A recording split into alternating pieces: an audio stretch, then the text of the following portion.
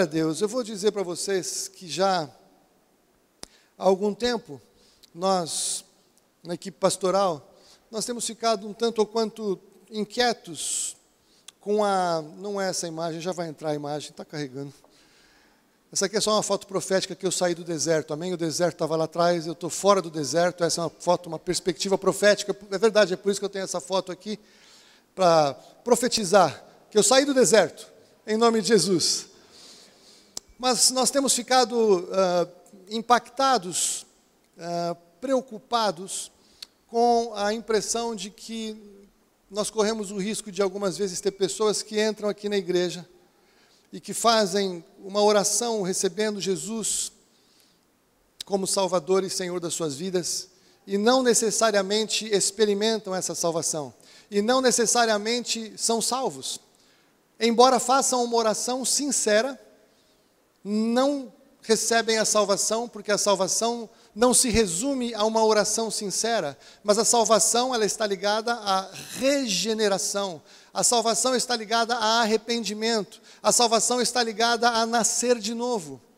Então, eu queria nessa manhã, com muito temor, chamar mesmo você que já é da igreja há bastante tempo, você que crê que você é salvo há bastante tempo, você que crê que você é de Jesus e que está tudo bem com você, eu vou pedir para que você também abra o seu coração e faça um check-up espiritual comigo nessa manhã, porque quando eu estava meditando acerca do que conversar com vocês nessa manhã, eu lembrei desse folheto, que meus pais tinham muitos folhetos em casa, folhetos para distribuir acerca da palavra de Deus, e eu me lembrei desse, errar o céu por 30 centímetros.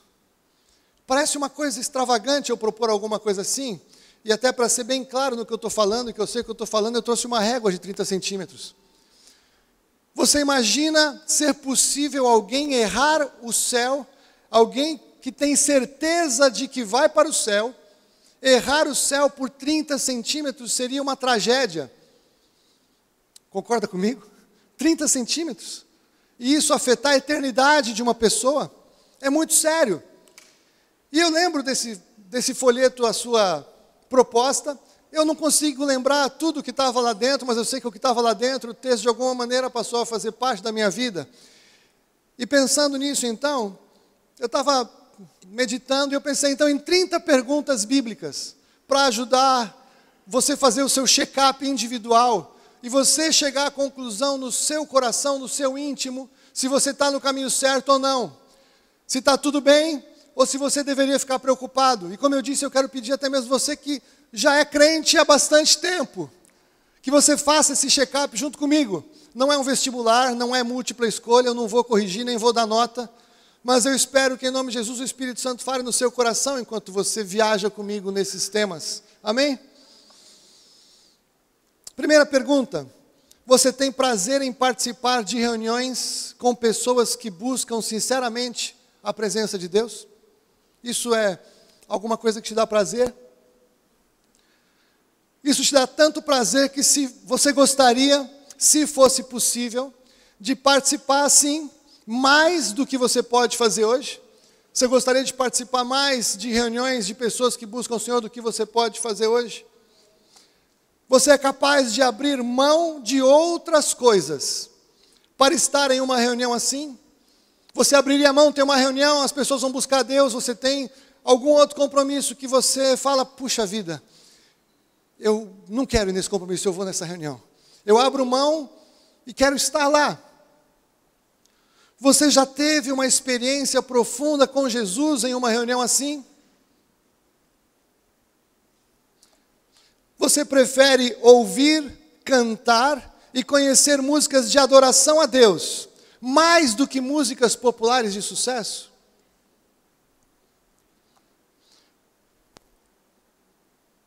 Você tem prazer em ouvir músicas de adoração, mesmo quando você está só na sua casa, no carro, em algum lugar em que você está na sua intimidade, sozinho, você tem prazer? E quando você ouve essas músicas, você busca e deseja a presença de Deus enquanto ouve músicas assim? Você ora todos os dias? Você ora mais de uma vez por dia? Você confia mesmo no poder da oração? Você acha importante separar um tempo de oração no seu dia? Você já orou sinceramente por alguém em voz alta, estando ao lado desta pessoa? Você já confrontou o que você crê com o que está escrito na Bíblia? Você já gastou tempo para encontrar respostas para as suas perguntas, as perguntas da sua vida, na Bíblia? Você já considerou a eternidade tão importante quanto o dia de hoje?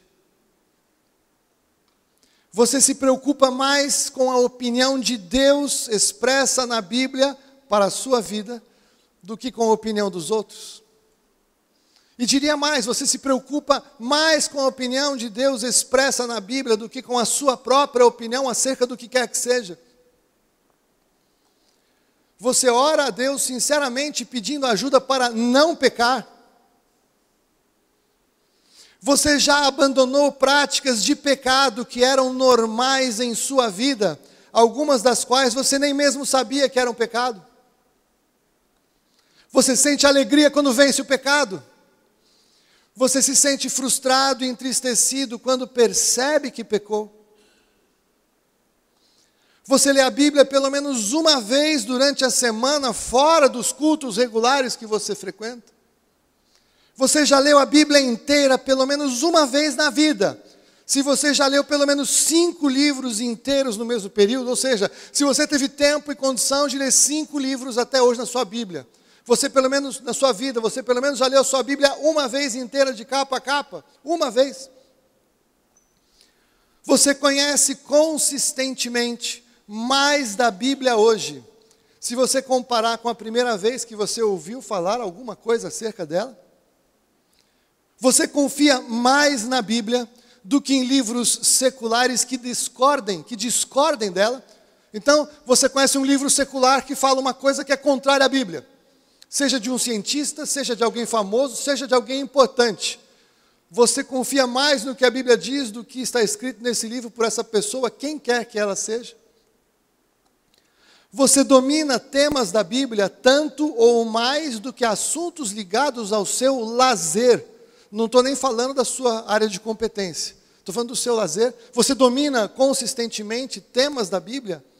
Você conhece os personagens bíblicos tanto quanto os famosos que você admira, seja jogador de futebol, seja personagem da novela das 8, qualquer um que você admire, e eu respeito se admirar essas pessoas. Lamento. Você está tão preocupado em estar atualizado com temas da Bíblia, quanto com os do seu dia a dia? Você sente uma necessidade real e profunda de mudar áreas da sua vida segundo o que a Bíblia propõe? E por fim, você algum dia decidiu já firmemente mudar algumas destas áreas na sua vida como uma decisão tomada? E agora vem o gabarito.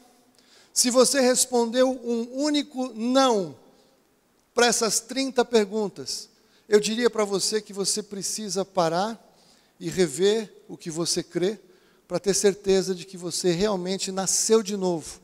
Não que você está convencido de que Jesus é uma decisão boa, não que você está convencido que esta igreja ou que esta religião, ela faz sentido, porque o que você sabe não faz tanta diferença quanto o que você manifesta e expressa naquilo que você realiza ou não realiza.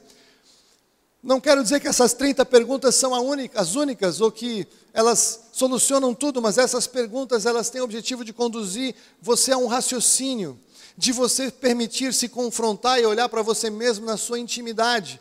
Essas perguntas eu vou depois colocar no blog, você vai poder acompanhar com mais calma, avaliar e voltar. Tenho certeza que existem outras perguntas que eu poderia fazer, e vou dizer que essas perguntas eu não fiz nem para considerar alguém para trabalhar em ministério, ser líder ou qualquer coisa. Essas perguntas, elas são bem rasas em termos de conhecer Jesus. É o básico do mínimo, do básico, do mínimo do básico, para alguém estar sentado nos bancos de uma igreja e ter certeza da sua salvação. É o básico do básico. Se você serve a Deus, se você gosta de estar sendo útil na casa do Senhor, as minhas perguntas para você, elas seriam muito mais altas, elas seriam muito mais rigorosas, haveria muito mais pressão para que você fizesse um checklist de se você está em condições de ser útil na vida de alguém exercendo liderança. Os requisitos bíblicos para ser líder, eles são ainda mais altos do que esse. Esse aqui é o básico do básico do básico, do mínimo. Agora, com certeza, estas perguntas que eu faço, ou elas estão de acordo com a palavra de Deus, porque senão não servem para nada, ou seriam apenas a minha impressão, a minha ideia, o que eu acho importante, e o que eu acho não serve para nada. Mas a palavra de Deus na sua vida, ela é poderosa para trazer você uma reflexão. Nós temos percebido como o Evangelho, ultimamente, ele tem sido barateado, simplificado ao extremo, reduzido a quase nada, para que qualquer pessoa possa supostamente se sentir cristã. E muitas pessoas se sentem cristãs, mas nunca conheceram a Jesus o Cristo, o verdadeiro. Conheceram uma palavra açucarada, misturada e contaminada, como se fosse o Evangelho. Eu digo que muitas vezes eu assisto pessoas supostamente como pastores, apóstolos e bispos na televisão pregando alguma coisa que supostamente seria o mesmo evangelho que nós cremos, e eu não me identifico, não me vejo neles. Eles estão pregando outra coisa porque eles não estão pregando a verdade da palavra de Deus. Porque a verdade da palavra de Deus pressupõe que Deus não nos chama para vivermos bem ou sermos ricos e prosperarmos e termos todos os nossos problemas solucionados, porque isso não é possível enquanto estivermos nesta dimensão, porque nessa dimensão há o pecado, nessa dimensão há dores, nessa dimensão todos nós semeamos muita porcaria ao longo da vida, e Deus não rasga o princípio que diz que tudo o que o homem semear, isso também ceifará. Aquele evangelho é mentiroso. O evangelho verdadeiro da cruz de Jesus diz: arrependei-vos e crede no evangelho. Há uma necessidade de arrependimento e de mudança de vida. Há uma necessidade de abandonar práticas e circunstâncias anteriores e decidir obedecer a palavra de Deus e confessar o senhorio de Jesus, e não confessar Jesus como Salvador, mas Jesus como Senhor. E se Ele é o Senhor, é Ele que manda e não só eu. Ele não me serve, mas eu o sirvo. Ele não é o gênio da lâmpada maravilhosa que eu esfrego e Ele responde tudo do jeito que eu quero. Não é. Esse não é o Evangelho. E é por isso que, infelizmente, nós vamos talvez descobrir naquele dia que centenas de milhares de pessoas que estavam dentro das igrejas e que tinham feito uma oração mágica, recebendo Jesus como Salvador, as quais eles fizeram diante da igreja, de verdade nunca se salvaram, porque nunca se arrependeram e nunca manifestaram transformação de vida ao longo do tempo posterior a ter declarado esta oração. Não que esta oração não seja bíblica no sentido sintético de confessar a Jesus diante dos homens, mas além da confissão pública há que haver arrependimento. E a marca de que esta oração foi verdadeira não é a pessoa ter ficado emocionada enquanto estava aqui na frente, não é o fato de algum pregador ter dito que a pessoa estava salva, mas sim a pessoa ao longo do tempo, posteriormente a ter feito esta declaração, verdadeiramente manifesta transformação. Se não manifesta a transformação, não houve novo nascimento. Se ela não é uma pessoa diferente, percebido pelas pessoas que estavam à sua volta, ela nunca nasceu de novo. Ela fez uma oração, e uma oração inútil, embora pudesse ser uma oração poderosa. A verdade do novo nascimento é que a pessoa manifesta a transformação de uma maneira espontânea, não quando está todo mundo olhando aqui na igreja, não quando tem outras pessoas perto que conhecem e sabem, mas quando está só. Ou quando está em outro ambiente que as pessoas professam outras coisas. É ali que nós saberemos a transformação no limite. Mas no dia a dia a pessoa pode perceber, se você nunca mudou nada na sua vida, você nunca se converteu. Por mais que você seja diácono, líder, pastor, ministro, o que quer que seja. Eu fiquei impactado, nós estávamos ouvindo acerca da família de um pregador que prega já há muitos anos. E a esposa dele era missionária. Ele a conheceu no campo missionário. E esse pastor, ele pregava o evangelho, e essa esposa acompanhava no ministério missionária do Senhor em lugares horrorosos e inóspitos. Depois de 12 anos, Ela ouvindo seu marido pregar acerca de salvação, pregar acerca da verdade do Evangelho, pregar. Sabe o que aconteceu com essa irmã missionária que serviu no campo missionário, que deixou coisas da sua família e da sua vida para servir no campo missionário? Ela percebeu que ela não era convertida. E ela se converteu. E ela ficou chocada em perceber que ela pôde fazer tantas coisas, e experimentar tantas coisas, e nunca ter se convertido. E glória a Deus que ela teve a humildade de reconhecer que ela precisava parar e olhar para si mesma, e teve a coragem de dar um testemunho público: eu me converti agora. Melhor fazer isso agora do que passar constrangimento quando não tem mais solução. Mas como eu disse, eu quero falar de textos da Bíblia. Esse primeiro texto, 1 João capítulo 2, versículo 15: não ameis o mundo, nem o que há no mundo. Se alguém ama o mundo, o amor do Pai não está nele. Porque tudo o que há no mundo, a concupiscência da carne, a concupiscência dos olhos e a soberba da vida, não vem do Pai, mas sim do mundo. Ora, o mundo passa, bem como a sua concupiscência, mas aquele que faz a vontade de Deus permanece para sempre. Eu fiquei assim, confesso, impressionado que ontem houve momentos de grande angústia na região de Brasília. Tivemos ali um apagão e 6 cidades satélites, ontem não, anteontem, sexta-feira, 6 cidades satélites ficaram sem luz por 40 minutos. E foi uma grande crise, houve uma reunião no Ministério das Minas e Energia, e eles propuseram um reforço de energia elétrica no país, para que todo o país pudesse tranquilamente assistir o último capítulo da novela. Você imagina que a vida de muitas pessoas talvez acabou um pouco na sexta-feira, porque essa novela acabou. E a vida dela acabou. Pessoas não encontraram amigos queridos, pessoas talvez não foram em reuniões de família, pessoas faltaram no trabalho ou pediram para sair mais cedo, pessoas fizeram um monte de coisas para acompanhar uma novela. E sabe o que é pior? Muito crente não foi em culto de oração para assistir a novela. Muito crente não leu a Bíblia e não orou em casa porque tinha que assistir a novela. E sabe o que aconteceu com a novela? Acabou. E ela não faz efeito algum para a eternidade. A não ser uma pessoa que ficou tão presa na novela que não foi no culto onde ela ouviria da palavra de Deus e morreu. Para essa pessoa, a novela fez um efeito para a eternidade. Ela levou para o inferno. Você está entendendo? O mundo passa. Se as coisas do mundo são mais importantes para você do que as coisas eternas, você está arriscado, porque o mundo passa. Tudo o que há no mundo passa. Todas as coisas que você vê à sua volta passarão, nada é eterno. Pessoas, famílias que tinham fortunas que as pessoas achavam que jamais iriam acabar, acabaram. Já ouviu falar nos Matarazzo? Já ouviu falar nos Guinle? Fortunas que viraram pó, passaram, não servem para o depois. Todo o que permanece nele, em Jesus, não vive pecando.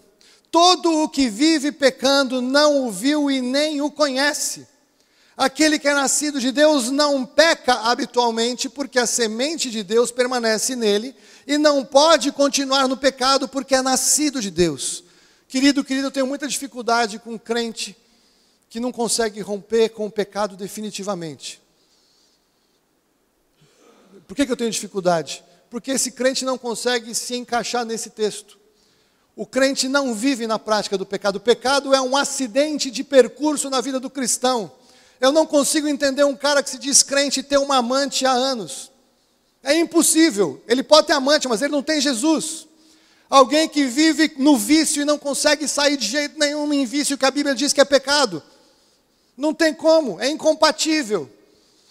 Não é possível alguém que tem pecados de estimação, que toda semana, todo dia, pratica o mesmo pecado e se arrepende supostamente de novo.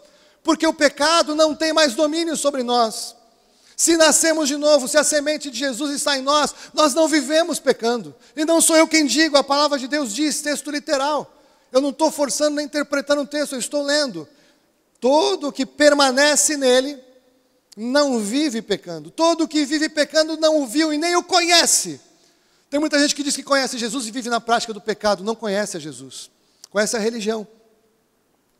Vai errar por 30 centímetros. todo aquele que crê que Jesus é o Cristo, é nascido de novo. E todo aquele que ama ao que o gerou, ama também ao que dele, Jesus, é nascido. Porque todo que é nascido de Deus vence o mundo, e esta é a vitória que vence o mundo, a nossa fé. Quem vence o mundo, senão aquele que crê que Jesus é o Filho de Deus? Agora veja, o Evangelho foi alterado e acrescentaram uma letra N de navio na mensagem do Evangelho. A palavra de Deus diz que pela fé nós vencemos o mundo. E o Evangelho que tem sido pregado é que Jesus quer que nós vençamos no mundo. Prospere no mundo, seja um sucesso no mundo, vá para a Ilha de Caras no mundo. Você nasceu para ser feliz, você nasceu para ser um sucesso, você nasceu para ser um vencedor. Isso como autoajuda, neurolinguística, programação motivacional, é sensacional, funciona. As pessoas, nós somos criados por Deus e desenhados por Deus para crermos. Na origem fomos desenhados para crermos nele e obedecermos a sua palavra e recebemos dele tudo aquilo que precisávamos de instrução. Como o pecado entrou e nós nos desconectamos do Senhor, o diabo, sabendo disso, ele faz com que as pessoas acreditem o tempo todo em coisas como se fossem verdades, mas coisas que são mentiras, porque são contrárias à palavra de Deus. Então, como nós somos criados e desenhados por Deus para acreditar, muitas coisas que nós acreditamos funcionam. O fato de funcionar e dar certo não quer dizer que são de Deus. E essa programação, então, vá para o sucesso, ela funciona, porque Deus nos programou assim. Mas ser um sucesso não quer dizer que somos um sucesso para Deus. Podemos ser um sucesso no mundo e estarmos para sempre longe do Senhor, condenados. Então, a vitória vence o mundo e não no mundo. Eventualmente, vencendo o mundo, venceremos no mundo, mas não é necessário que isto aconteça. Vencer o mundo, muitas vezes, é dizer não para uma coisa que ninguém em sã consciência diria não no mundo. É rejeitar um sucesso transitório no mundo quando ele é contrário à palavra de Deus. Quantas pessoas poderiam dar testemunho que já recusaram propostas indecentes que levariam a um sucesso profissional ou a um sucesso financeiro, e muitas pessoas acham uma loucura. Como exemplo, poderia dizer até mesmo uma pessoa que não é cristã, ou que seja, não importa, mas quantas vezes você já viu a história de um cara pobre que acha uma carteira cheia de dinheiro e vai na delegacia e devolve? E talvez 80% das pessoas ficam sabendo disso e falam, que idiota, está passando tanta dificuldade, por que tenta devolver? Todo mundo, qualquer um, se fosse comigo eu ficava com essa carteira. Eventualmente, uma pessoa confrontada por Deus que não faz isso, ela está entendendo que é melhor vencer o mundo do que no mundo. E isso só é possível pela fé. A fé não é uma crença, segundo a Bíblia. A Bíblia diz que a fé vem pelo ouvir, e o ouvir vem pela palavra de Cristo. Não há fé sem Bíblia. Fé sem Bíblia não existe, é crença, segundo a Bíblia. Crença, não é fé. 1 João 5,18, sabemos que todo aquele que é nascido de Deus não vive pecando. Antes o guarda aquele que nasceu de Deus e o maligno não lhe toca. Muito crente fala, o diabo se levantou e me fez pecar. O maligno veio e foi... Quando eu era garoto, vocês não tinham nascido, tinha um programa de humor da televisão, que a tentação do Frei Serapião foi forte demais. A tentação do Frei Serapião. E aí nós ficamos totalmente... inocentes diante de Deus. Não foi culpa minha, foi o diabo. Foi a tentação, foi o maligno. Mas aquele que é nascido, Deus o guarda. Quando Deus o guarda? Quando fala o pecado está vindo. E eu decido que eu não quero pecar. Eu não aceito a proposta do maligno. A decisão é sua e minha de pecar. É você que peca, não é o diabo que te faz pecar. Deus te deu o livre-arbítrio, Deus te deu o poder de decisão. Antes o guarda aquele que nasceu de Deus. Todo aquele que é nascido de Deus não vive pecando, ele vence o pecado, ele tem direito de vencer o pecado. Todo que é nascido da carne é carne, o que é nascido do Espírito é Espírito, o vento sopra onde quer, ouves a sua voz, a voz do Espírito, mas não sabe de onde vem nem para onde vai. Assim é todo aquele que é nascido do Espírito. Querido, querida, se você só nasceu da carne, você é um cidadão do mundo, isso é ótimo. Mas se você não nasceu do Espírito, você não é um cidadão celestial. Não há conexão com Deus, ainda que algumas vezes você tenha a impressão que Deus falou com você. Ainda que algumas vezes você tenha a impressão que Deus respondeu alguma oração. Uma coisa não tem nada a ver com a outra. Sabendo que esse tal está pervertido e vive pecando e já por si mesmo está condenado. O pecado leva à condenação. Ninguém que vive na prática do pecado pode ser aceito e recebido por Deus. Por quê? Porque há uma loucura no Evangelho. Se eu estou pregando aqui e a minha palavra está te incomodando, e você fala, Haroldo, isso aí que você está falando é uma loucura, é impossível fazer isso. Isso que você está propondo não faz sentido, não tem a menor lógica. Se você acha isso, é porque o Evangelho é loucura para você. E se o Evangelho é loucura para você, eu te digo, saia daqui louco, perca essa sua suposta sanidade, porque ela vai te levar para longe de Deus. Porque Paulo nos diz em 1 Coríntios 1,18, a palavra da cruz é deveras loucura para os que perecem, os que morrem. Mas para nós que somos salvos, é o poder de Deus. Ora, o homem natural não aceita as coisas do Espírito de Deus, porque para ele são loucura e não pode entendê-las, porque elas somente se discernem ou se compreendem espiritualmente. Sabe por que você não entende algumas coisas da Bíblia? E alguém fala para você, alguém que conhece a palavra de Deus, te diz, faça isso. E você fala, isso é loucura. Porque você não tem o Espírito Santo de Deus. E é por isso que parece loucura. Mas quando o Espírito Santo de Deus habita em você, alguém fala alguma coisa que não faz o menor sentido com a sua cultura, você olha e fala, é verdade, eu preciso fazer isso. Sabe quem te convenceu? O Espírito Santo de Deus, que inspirou a palavra. O Evangelho é loucura para quem não tem o Espírito Santo de Deus. Se para você, práticas ou coisas pregadas aqui são loucura, impossíveis de ser vividas, impossíveis de ser praticadas, pare e olhe para você mesmo, porque você não tem o Espírito Santo de Deus. E você precisa hoje acertar essa situação desesperadamente. O Evangelho só é loucura para quem não é nascido de novo.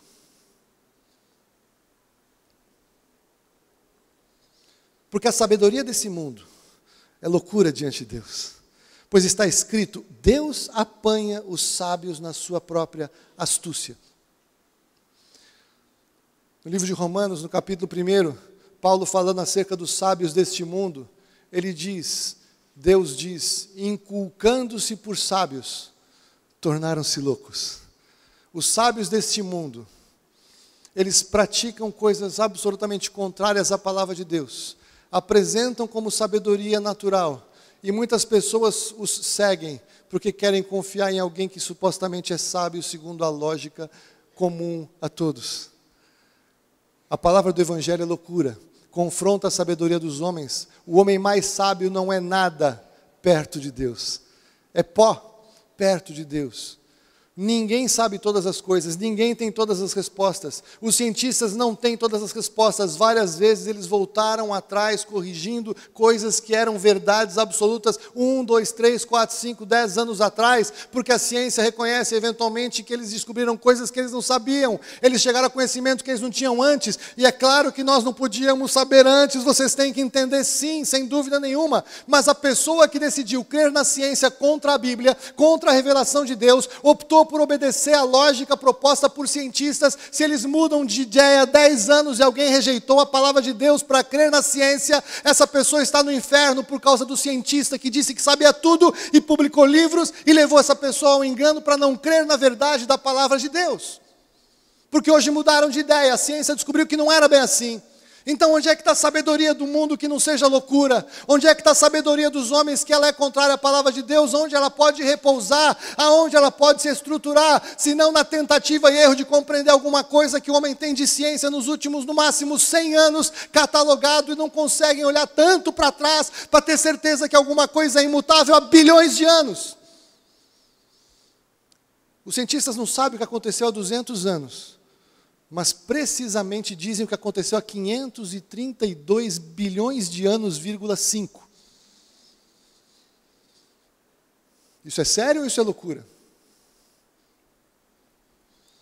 Não reine, portanto, o pecado no vosso corpo mortal para obedecerdes às suas paixões. Nem apresenteis os vossos membros ao pecado como instrumento de iniquidade, mas apresentai-vos a Deus como renascidos, ressurretos, redivivos dentre os mortos, e vossos membros a Deus como instrumentos de justiça, pois o pecado não terá domínio sobre vós. Porquanto não estáis debaixo da lei, mas debaixo da graça, aqueles que nos apresentamos a Deus, o pecado não tem mais domínio sobre nós. Por quê? Esse texto é a síntese da pregação do Evangelho.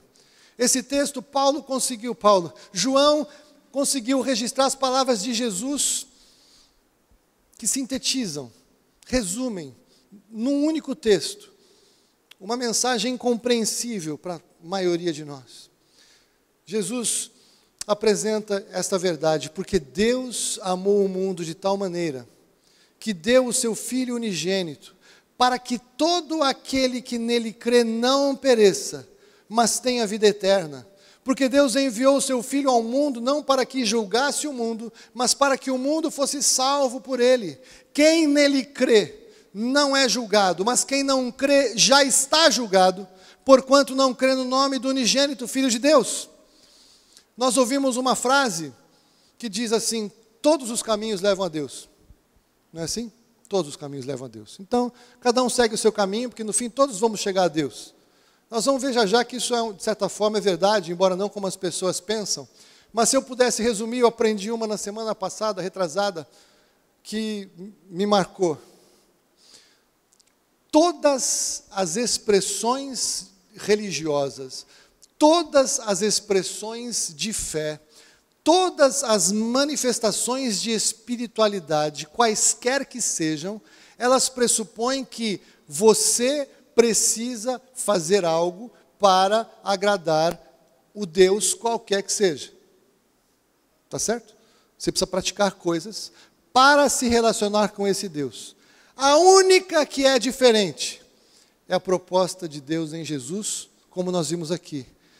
Deus fez tudo. E nós precisamos receber o que Ele fez. É a única que é na contramão de todas. Todas você precisa fazer alguma coisa por tentativa e erro, para aplacar a Deus, relacionar com Deus, agradar a Deus, ser recebido por Deus. Você precisa fazer. Se você não conseguiu fazer nessa vida, você volta a outra vida. Se não foi suficiente, 500 vidas até que consiga fazer algo que agrade a Deus. Que expresse que você conseguiu. Algumas fazem penitência, outras fazem flagelo, outras fazem voto de pobreza, outras têm que ler livros e têm que mudar graus e têm que avançar, e as pessoas têm que fazer para agradar a Deus. Jesus é a única que Deus fez tudo, e o que você precisa fazer é pela fé, crer e receber e aceitar. Então, de cara, eu digo que se todos os caminhos levam a Deus, esse caminho de Jesus leva para outro lugar, porque ele é totalmente contrário a todos os outros. Todos os outros, contrário, diferente. Então, pode ser que todos esses outros vão, mas esse não vai. Ou então pode ser que esse vai, e que os outros não vão. Deus fez tudo. Deus amou o mundo. Deus deu Jesus. Não para que julgasse o mundo, mas para que o mundo fosse salvo por ele. E aí quem nele crê não é julgado, e o que não crê já está julgado. Porque não crê, rejeitou a solução de Deus. E o julgamento é esse: a luz, Jesus veio ao mundo, e os homens amaram antes as trevas do que a luz, porque as suas obras eram más. Porque todo aquele que faz o mal aborrece a luz, e não vem para a luz para que as suas obras não sejam reprovadas. Mas quem pratica a verdade vem para a luz, a fim de que seja manifesto que as suas obras são feitas em Deus. Sabe como é que nós pastores sabemos quando alguém da igreja, alguma das ovelhas do rebanho, está entrando num caminho de pecado?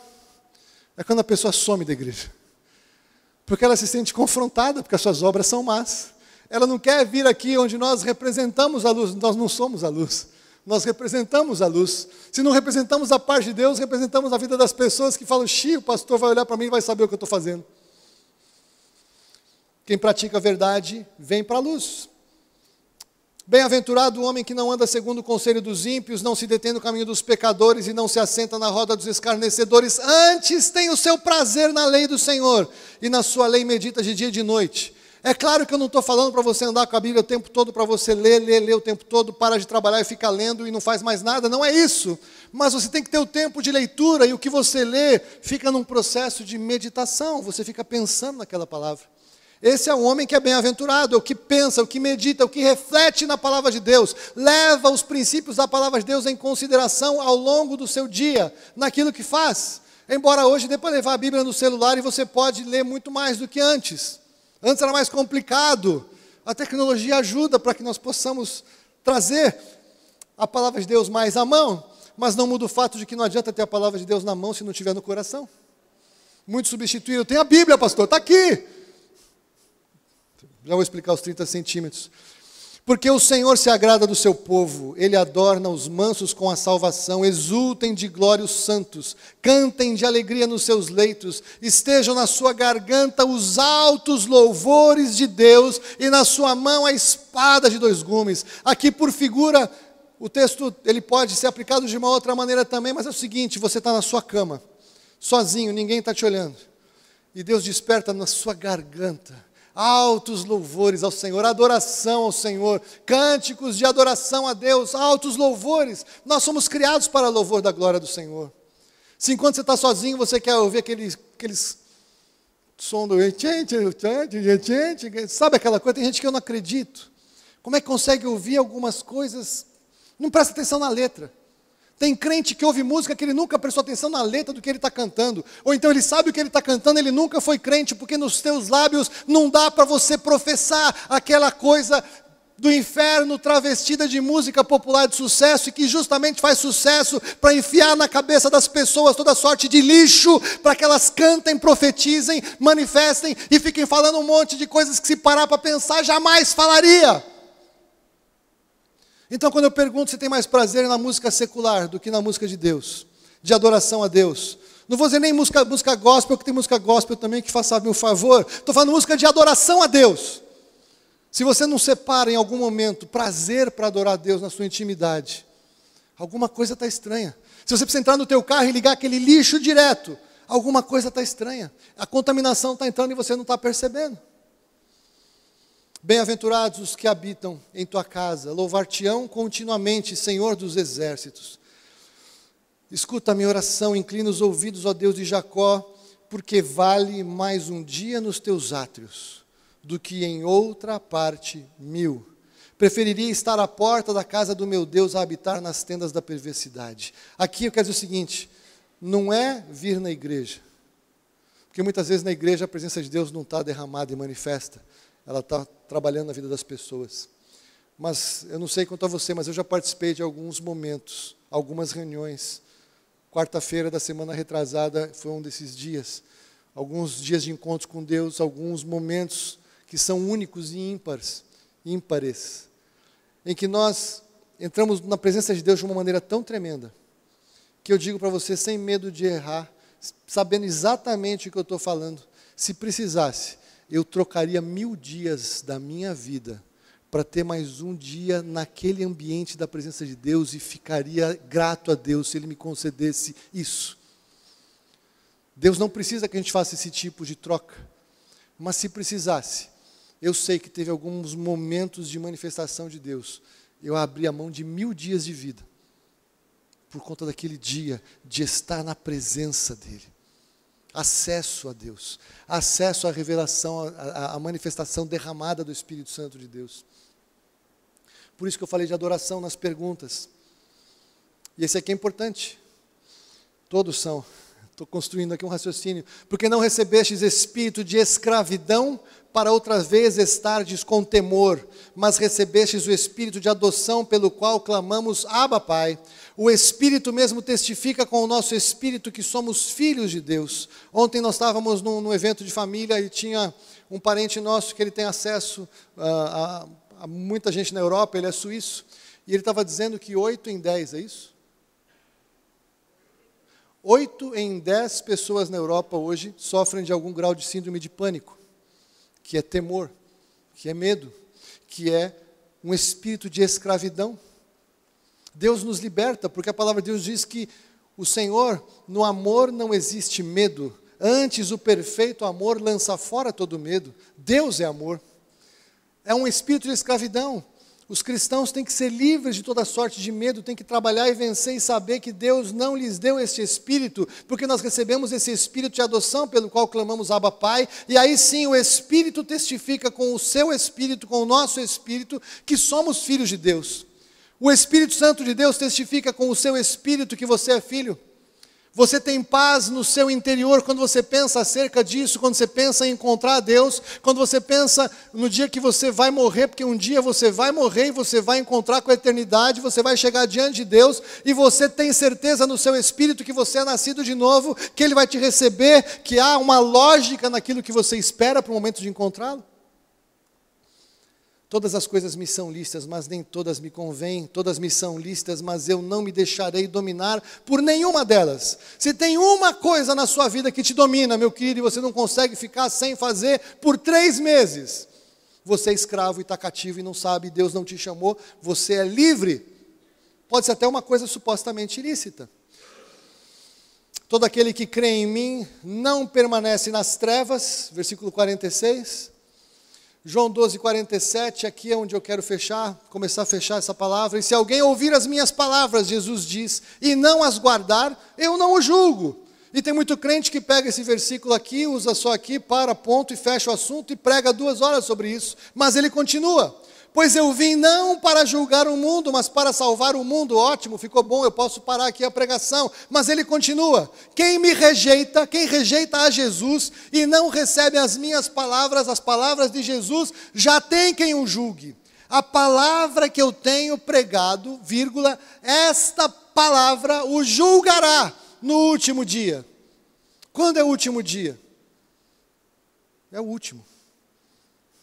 O último dia significa que depois do último dia você não tem mais chance, porque foi o último dia. No último dia a palavra vai te julgar. Quando é o último dia? Não sei, cada um tem esse último dia. Esse último dia é um momento futuro, todos temos um último dia, mas o último dia significa que não tem o dia depois do último dia para eu tentar consertar alguma coisa para não ser julgado por essa palavra. O último dia significa que foi o último. Portanto, a minha chance de fazer alguma coisa é antes do último dia, o qual eu não sei quando é, porque esta palavra de Jesus é a que vai me julgar. Jesus não me julga, mas a sua palavra me julga. E todo mundo fala que Deus é bom, Deus é bonzinho, é quase um Papai Noel contemporâneo de barbas brancas, uma roupa vermelha, ho, ho, ho, venham todos os meus filhos, vocês são todos, entrem todos, ho, ho, ho, que nem a cartinha de Papai Noel, né? Você que tem filho pequeno, ele matava o irmãozinho, detonava a casa, desobedecia pai e mãe, ia mal na escola, tudo que podia fazer, fazia de errado. Aí, lá pelo dia 30 de novembro, ele escreveu uma cartinha assim, Papai Noel, eu fui bonzinho o ano todo, eu não fiz nada de mal, então me dá o autorama, no meu tempo era autorama, nem sei o que, autorama de presente. Aí o pai e a mãe pegavam aquilo, que bonitinho, né? Vamos comprar o autorama e dar para ele, né? Então nós crescemos com aquela ideia assim, ele fez um monte de lambança o ano inteiro, mas na hora do Natal escreve a cartinha, aí Deus, o Papai Noel travestido, uma figura de Deus, tá bom, eu vou te dar, afinal de contas eu entendo, tá tudo bem. Deus não é assim. Deus diz assim, não erreis, de Deus não se zomba. Tudo o que o homem semear, isso também ceifará. Existem textos na Bíblia em que Deus fala da sua ira, e do juízo de Deus derramado na sua ira. E muitas pessoas não vão reconhecer Deus na sua ira, porque não entendem, não recebem a palavra. Deus julgará todos. Todos serão julgados por Deus um dia. E qual é a base do julgamento? Nós já vimos aquele texto anterior que Jesus fala que quem nele crê, em Jesus, não é julgado. Lembra? Mas o que crê já está julgado. Como é esse julgamento? Apocalipse 20, 11. E vi um grande trono branco que estava assentado sobre ele, e o que estava assentado sobre ele, de cuja presença fugiram a terra e o céu, não foi achado lugar para eles. E vi os mortos, grandes e pequenos, em pé diante do trono, e abriram-se uns livros, e abriu-se outro livro que é o da vida. E os mortos foram julgados pelas coisas que estavam escritas nos livros, segundo as suas obras. O mar entregou os mortos que nele havia, a morte e o Hades entregaram os mortos que nele havia e foram julgados, cada um segundo as suas obras. E a morte e o Hades foram lançados no lago de fogo, esta é a segunda morte, o lago de fogo. E todo aquele que não foi achado inscrito no livro da vida foi lançado no lago de fogo. Esse é o fim de quem é julgado segundo as suas obras e que não tem Jesus. Não desta igreja, tem gente desta igreja que eventualmente vai ser lançado no lago de fogo porque nunca se converteu. E na igreja não salva ninguém. E como é que é essa questão do livro da vida? Carta de João, expressando, carta de Jesus, descrita através de João. Isso diz aquele que tem os 7 Espíritos de Deus e as 7 estrelas. Conheço as tuas obras. Tens nome de que vives e está morto. Sê vigilante e confirma o restante que estava para morrer, porque não tenho achado as tuas obras perfeitas diante do meu Deus. Lembra-te, portanto, que tens recebido e ouvido, entre outras coisas, o que vocês receberam, estão recebendo e ouvindo nesta manhã, e arrepende-te. Pois se não vigiares, virei como um ladrão, e não saberás a que horas virei sobre ti. Mas tens também algumas pessoas que não contaminaram as suas vestes, e comigo andarão vestidas de branco, porque são dignas. Ao que vencer, será assim vestido de vestes brancas, e de maneira nenhuma riscarei o seu nome do livro da vida, antes confessarei o seu nome diante do meu Pai e diante dos seus anjos. O dia mais importante da sua vida pode ser hoje. Como você viu, há um checklist que nós precisamos fazer acerca de quem somos, do que cremos e do que pensamos acerca de nós mesmos, para que possamos ter certeza que nesse dia estaremos diante de Deus. Esse é um texto muito pouco lido nas igrejas ultimamente, nos últimos anos, de que há sim um juízo, há sim um lago de fogo em que todos aqueles que não creem serão lançados e ficarão eternamente. É um lugar de sofrimento, de tormento, não é um lugar agradável. Eu já preguei para gente que achava que para o inferno era legal, porque no inferno iam estar os amigos dele a ter samba, cerveja e um monte de mulher. Ele achava realmente que o inferno era um lugar assim, e que o céu é um lugar desagradável, porque só tem harpa, umas nuvens brancas, um pessoal vestido de branco, andando para lá e para cá, cantando como umas pessoas sem vida. Nada mais falso e nada mais mentiroso, porque se tem alguém que sabe o que é vida, é Deus, porque Deus é o que criou a vida, e a vida que nós experimentamos aqui é a vida caída. A vida que Deus tem, ela é incompreensível, inalcançável para nós, ela é muito mais do que podemos ver. Mas o inferno é um lugar muito mais horrível do que a gente pode pensar, porque tem gente que fala o inferno é aqui. Não, meu querido, aqui é ótimo, o inferno é um horror. O dia mais importante da sua vida pode ser hoje, se você decidir que hoje é um dia de mudança, de um novo rumo, e de se arrepender do que você tem feito em relação à palavra de Deus, e de decidir mudar e se arrepender. A questão de errar o céu por 30 centímetros, ela diz respeito a que muitos de nós, todo esse conteúdo faz muito sentido, é lógico, e nós concordamos que isso é a verdade, só que essa verdade, ela nunca desceu para o seu coração, ela nunca veio para ser verdade em você, e por 30 centímetros você erra o céu. Se você tiver com essa verdade na sua mente, e não estiver com essa verdade no seu coração.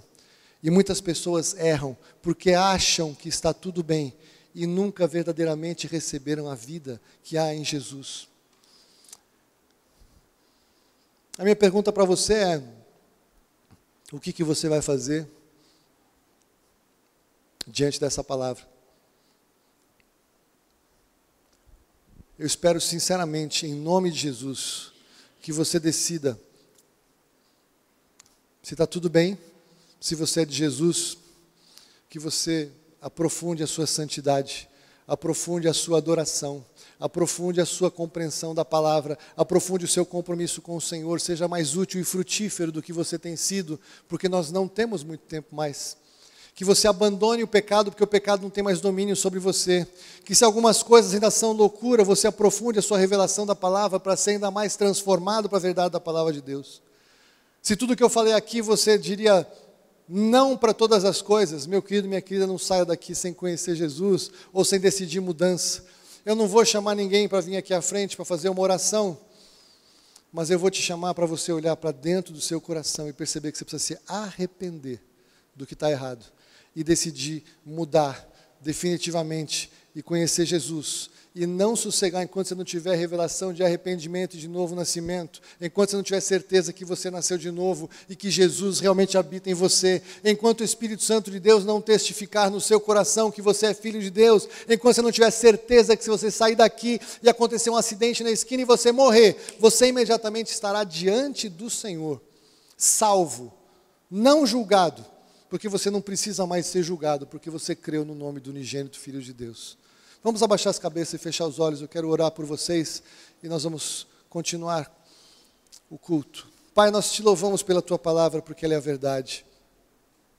Pai, eu te louvo, porque o Senhor providenciou uma salvação perfeita e incompreensível, um amor que nós não compreendemos, diferentemente de todos, o Senhor fez tudo. E o que nós precisamos fazer, receber o teu amor, é confessar e crer na tua obra, é obedecer a tua palavra, e os teus mandamentos não são penosos, como a tua própria palavra diz. Pai, perdoa-nos porque tanto erro, tanto engano entrou na igreja, entrou na vida de tantas pessoas, ó Pai, nós nos arrependemos de ter permitido tanta mentira misturada no Evangelho, ó Pai. E eu clamo ao Senhor que aqueles que estão enredados nesta mentira, tenham esta revelação de que precisam de arrependimento, tenham essa revelação que precisam expressar uma transformação e uma mudança de vida, porque essa é a verdade do Evangelho. Pai, eu peço em nome de Jesus que o Teu Espírito Santo gere a vida de Jesus nestes que precisam nascer de novo.